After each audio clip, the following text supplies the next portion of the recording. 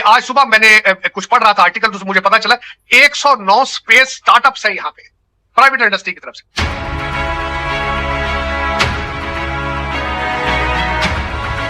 आप जान के हैरान होंगे और उतनी ही हैरानी होगी जितनी मुझे हो रही है। पहली हाइड्रोजन ट्रेन को, देश की पहली हाइड्रोजन ट्रेन को प्रधानमंत्री नरेंद्र मोदी ने हरी झंडी दिखा दी है। तो बहरहाल ये एक रियलिटी है, लेकिन हैट्स ऑफ टू इंडिया। फिर उसके बाद मैंने अमृतसर एयरपोर्ट देखा, एक छोटा सा एरिया, वहां पे भी एक ब्रांड न्यू एयरपोर्ट। फिर मैं जयपुर गया, वहां मैं अजमेर शरीफ गया और वहां मैंने ब्रांड न्यू एयरपोर्ट देखा। हाईवेज पे मैंने सफर किया। हमारे पाकिस्तान में तो सिर्फ एक मोटरवे है, वो भी कोरिया ने बनाई है। खबर आ रही है वो बड़ी खतरनाक है पाकिस्तान के लिए। पहले हम जरा इसका जायजा ले लेते हैं। China backed copper mine threatens Pakistan shut down over security risk. ये ब्रॉड गेज प्लेटफॉर्म पर दुनिया की सबसे लंबी और सबसे शक्तिशाली हाइड्रोजन ट्रेन है दुनिया की। आज जो हम देख रहे हैं कि जिस तरीके से अमेरिका के तैयारों के दरवाजे उतर रहे हैं। एक सियासी लीडर डोनाल्ड ट्रंप साहब ने अपनी तकरीर में अगले दिन फरमाया कि फ्लाइटें एवरेज 5-5, 6-6 घंटे लेट हो रही हैं एवरेज। होशियार और खबरदार हो जाए हमारे पाकिस्तानी भाई बहन, क्योंकि पेट्रोल की कीमतों में एक नया इजाफा होने वाला है। पेट्रोल 8 रुपए और डीजल की कीमतों में कम से कम 48 रुपए तक का इजाफा हो सकता है। ML3 पर काम शुरू करने के हवाले से ही, जो कि CPEC के ही अंडर आता है, इस पर पाकिस्तान ने चीन से ताउन मांगा था, लेकिन चीन की तरफ से कैटेगोरिकली इनकार कर दिया गया और चीन ने कहा है कि हम इस मामले के ऊपर कोई सरमायाकारी ताउन करने के लिए तैयार नहीं है। कि एक कम्युनिकेशन का जाल बिछाया जा रहा था, हाईवेज का, नए एयरपोर्ट्स का। मैं इंदिरा गांधी एयरपोर्ट जब ऑलमोस्ट बिल्कुल नया खुला था, मैं तब भी आया था। I was amazed and surprised कि सच अ ब्यूटीफुल एयरपोर्ट। यूरोपीय कमीशन ने पाकिस्तान से मुतल्लिक GSP प्लस जायजा रिपोर्ट जारी कर दी है। GSP प्लस जायजा रिपोर्ट जारी कर दी है। इस जायजा रिपोर्ट की रोशनी में पाकिस्तान का GSP स्टेटस इस साल के आखिर में दोबारा रिन्यू होना है। जो भी ज्यादतियां हो रही हैं, क्या कहा जा रहा है कि जब तक ह्यूमन राइट्स, इंसानी हकूक तुम लोग बंदे नहीं बनोगे, हम शायद ये तुमसे फैसिलिटी ले लें। कि एक कम्युनिकेशन का जाल बिछाया जा रहा था, हाईवेज का, नए एयरपोर्ट्स का। मैं इंदिरा गांधी एयरपोर्ट जब ऑलमोस्ट बिल्कुल नया खुला था, मैं तब भी आया था। I was amazed and surprised कि सच अ ब्यूटीफुल एयरपोर्ट।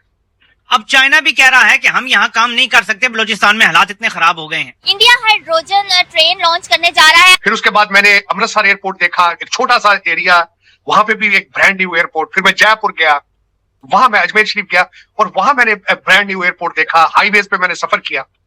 हमारे पाकिस्तान में तो सिर्फ एक मोटरवे है, वो भी कोरिया ने बनाई है। और आज भी मैं आपको हमेशा ये कहता हूं, भारत का सबसे बड़ा टूल जो है वो इंडियन इंस्टीट्यूट ऑफ टेक्नोलॉजी है। और आज वो सर चढ़ के बोल रहा है और एलिगेशन है कि उस डाओ से कमीशन लेकर हमारे प्राइम मिनिस्टर ने लंदन में फ्लैट ले लिए थे।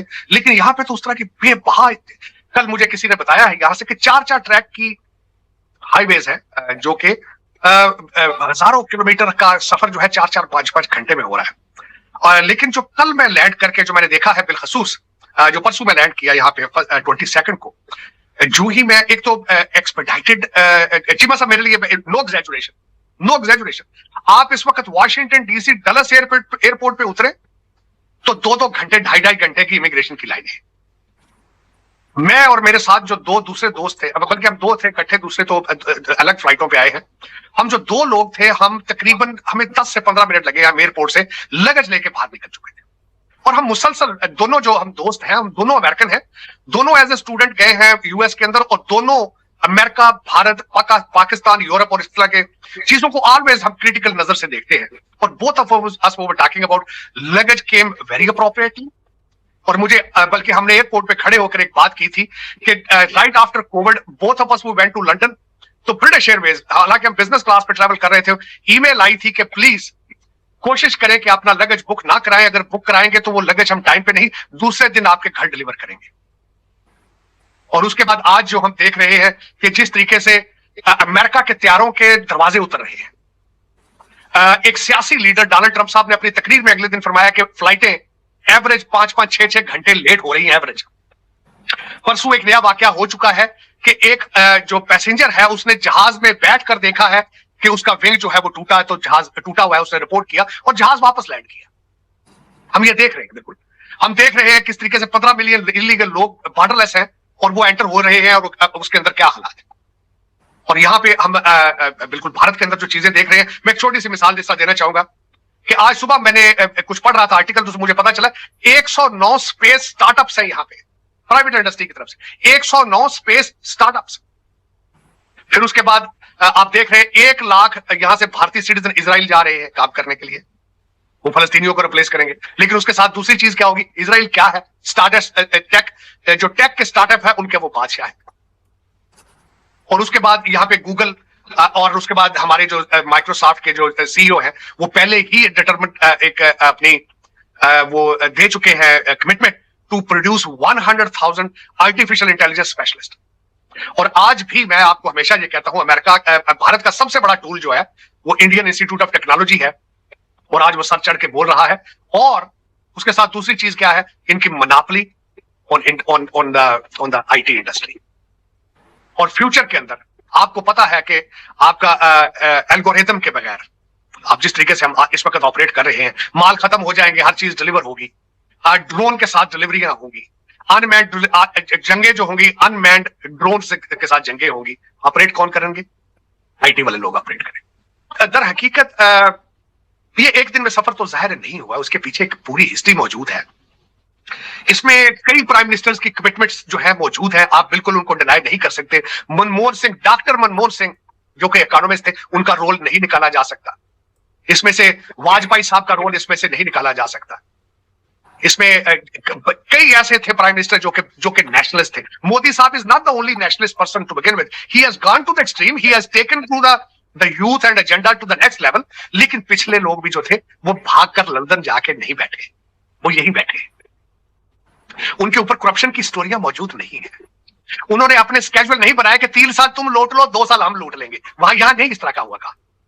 यहां वाजपेयी का लड़का जो है वो लीडर नहीं है, यहां मनमोहन सिंह की लड़की इलेक्शन नहीं लड़ रही है, मोदी साहब के भाई का नाम किसी को नहीं पता कौन है वो। चले छोड़े, आप इनसे तो नफरतें हैं आपकी, आप जहां बैठे हैं आपका इनके साथ नफरत का एक बहुत बड़ा एक बैकग्राउंड मौजूद है। बांग्लादेश चलते जो आपका हिस्सा था, हसीना वाजिद ने अभी तक अपना वारस डिक्लेयर नहीं किया, और आपको मैं बता चुका हूं कि आप क्या हैं।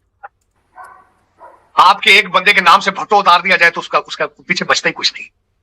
दूसरी है उसकी फैमिली है, अब उनके पोते दोते हैं, उनके लिए भी हल्के देखे जा रहे हैं। एक मुर्शद जेल के अंदर बैठा है, उसकी बहनें 2 हैं, वो अब सियासत में आ चुकी है। हलीमा बाजी जो है वो मुसलसल सियासी बयान भी दाग रही है, जर्नलिस्टों की बेइज्जतियां भी कर रही है, सब कुछ हो रहा है। क्या वजह? आप अकल के इतने सारे, आपकी अकल बिल्कुल बंद हो चुकी कि this is not how the world operates, this is not the world move on goes on. फिर आपके साइंस और इंग्लिश और मैथ के साथ दुश्मनी, नफरतें। फिर आपसे जब बात की जाए तो मजहब का तड़का लगा के आप 6वीं सदी का खुलफाए राशिदीन के दौर के ख्वाब देखना शुरू कर देते हैं आप। हालांकि इस्लाम आपके लिए फॉरेन रिलीजन है, आपने उसको समझने की कोशिश ही नहीं की। इस्लाम है क्या? जिहाद करने के लिए सर्टन सर्कमस्टेंसेस की जरूरत होती है, तब जिहाद आप पर लाजम होता है। आप हर बात के ऊपर जिहाद कर देते हैं, आप फौरन हर बात के ऊपर। गाजा के ऊपर अरबी इतने परेशान नहीं है जितने आप परेशान हैं, लेकिन आप टीटीपी के लिए आपके पास कोई मंसूबा मौजूद नहीं है। जो घुस के मार रही है उसके लिए कोई मंसूबा नहीं है। गजा की तैयारी, आप गजा के लिए तैयार है? पता नहीं, मेरे तो समझ से बाहर है कि आप 21st सेंचुरी में एंटर किस तरह होंगे।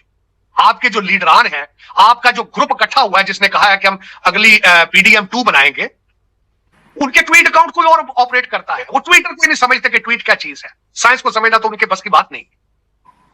और आप अब इस वक्त डिमांड कर रहे हैं कि सुप्रीम कोर्ट की प्रोसीडिंग भी उर्दू में की जाए, ताकि हमने जो टूटी फूटी तरक्की की है उसको भी खत्म किया जाए। चले कर लेंगे, होता है तो करेंगे। खबर आ रही है वो बड़ी खतरनाक है पाकिस्तान के लिए। पहले हम जरा इसका जायजा ले लेते हैं। China backed copper mine threatens Pakistan shutdown over security risk. Worsening violence in Balochistan imperils Islamabad's resource ambitions. Almost all of the project's output, which accounted for most of Pakistan's roughly $750 million of copper products last year, is exported to China, according to official statistics.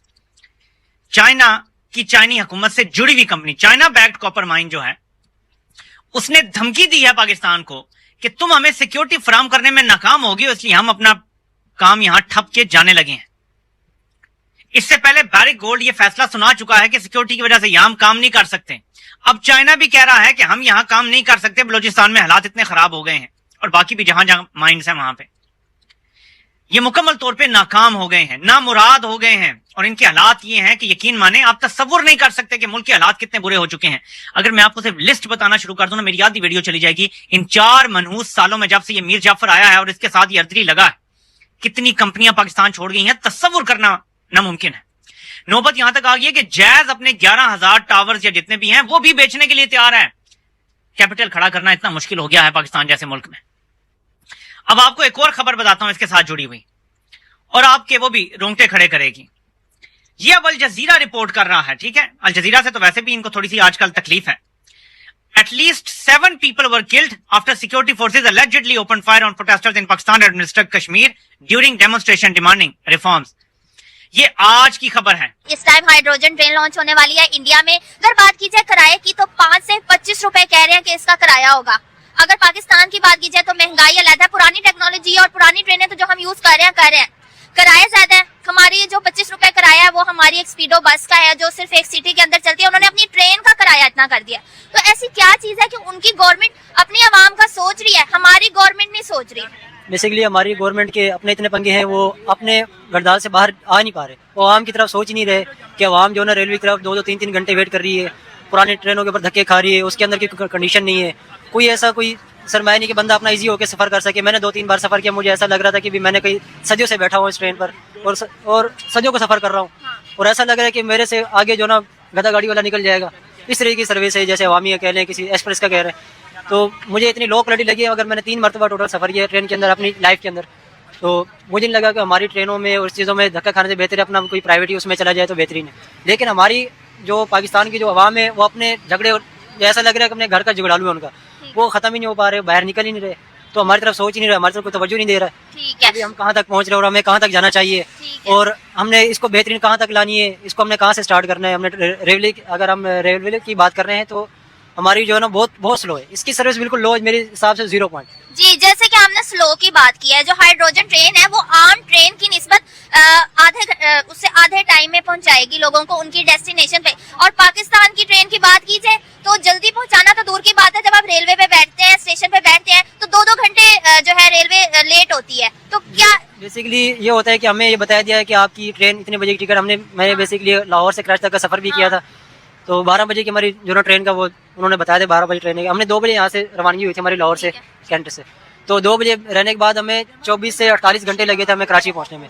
उस दिन के बाद हमने तो तौबा की कि railway का सफर बिल्कुल भी नहीं करना, बिल्कुल लो सफर है। आपको क्या लगता है इंडिया से हमें क्या सीखना चाहिए कि वो इतनी नई से नई टेक्नोलॉजी, बल्कि चाइना और स्वीडन और जर्मनी के मुकाबले पे वो आ रहे हैं, ग्रीन एनर्जी जो मुतारिफ करा रहे हैं। हमें ग्रीन एनर्जी क्या, वो इलेक्ट्रिसिटी पे जो चले गए थे, इलेक्ट्रिसिटी के बाद अब हाइड्रोजन पहुंच गया, हमारी एक भी ट्रेन इलेक्ट्रिसिटी पे नहीं है। अब ये देखिए, इलेक्ट्रिसिटी के अलावा भी आप इलेक्ट्रिसिटी कर भी लेते हैं तो आप बेसिकली पहले बात करेंगे हम किराए की।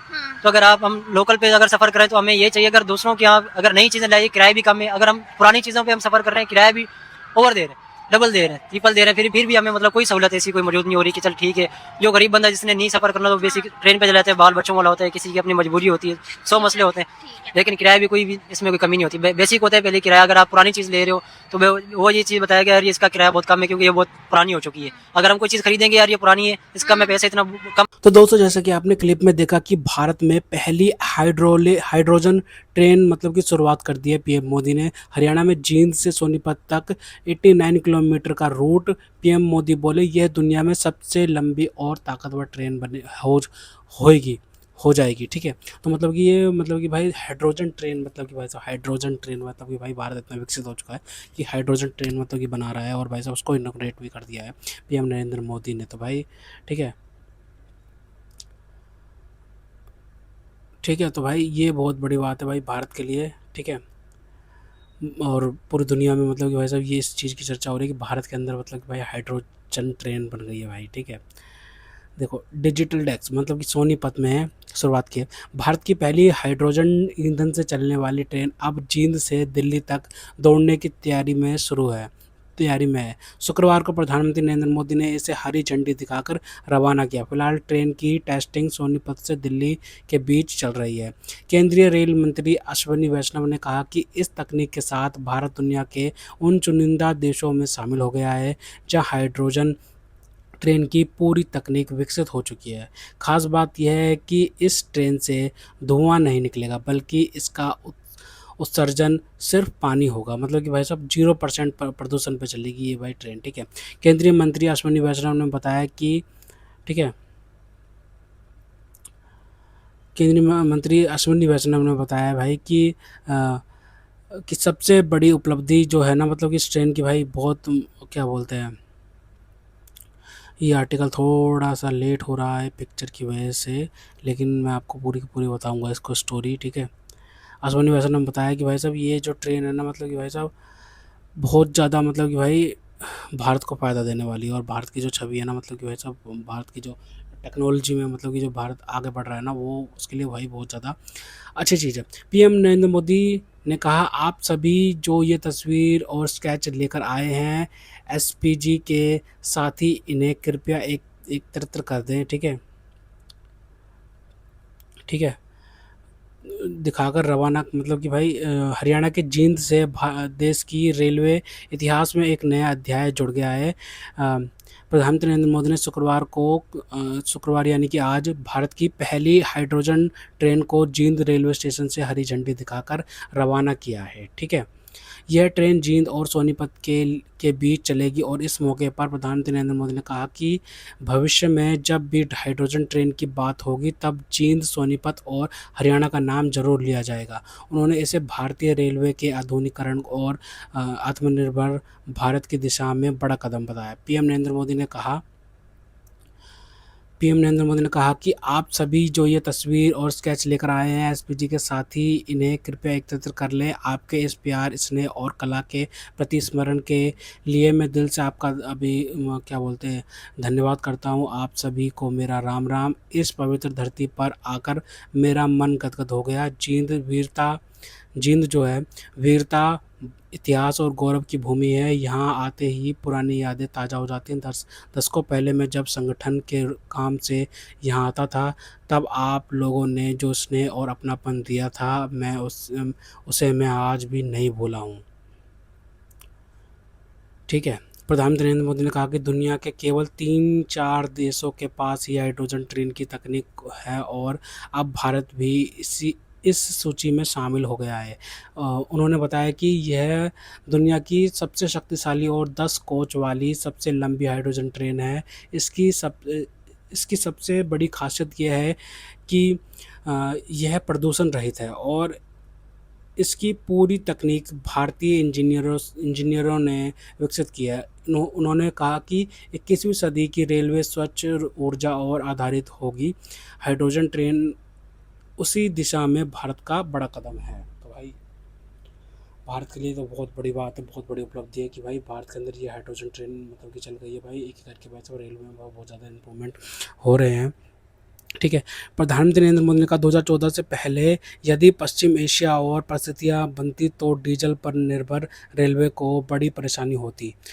उन्होंने बताया कि 1925 से 2014 के करीब में 90 वर्षों में केवल 30% रेलवे लाइनों का विद्युतीकरण हुआ था, जबकि पिछले वर्षों में इस काम को तेज़ गति से बढ़ाया गया। उन्होंने कहा कि भारत 2030 में कॉमनवेल्थ गेम्स की मेज़बानी की तैयारी कर रहा है और 2036 ओलंपिक की मेज़बानी का भी लक्ष्य है। इसके लिए खिलाड़ियों और देश दोनों को पूरी तरह तैयारी करनी होगी, ठीक है जी।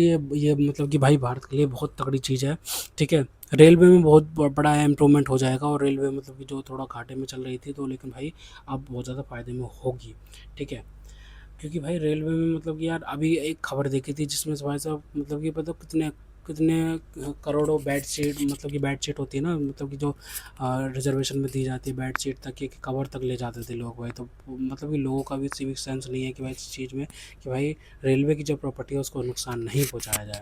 तो खैर दोस्तों अगर आपको हमारी वीडियो पसंद है तो कम से व्हाट्सएप पर जरूर शेयर कीजिएगा, साथ साथ चैनल को सब्सक्राइब करके हमारा मनोबल जरूर बढ़ाएगा ताकि हम आपके लिए ऐसी मनोरंजन सुनाते रहें। तो बस मिलते हैं आपसे अगली वीडियो में, तब तक के लिए जय हिंद।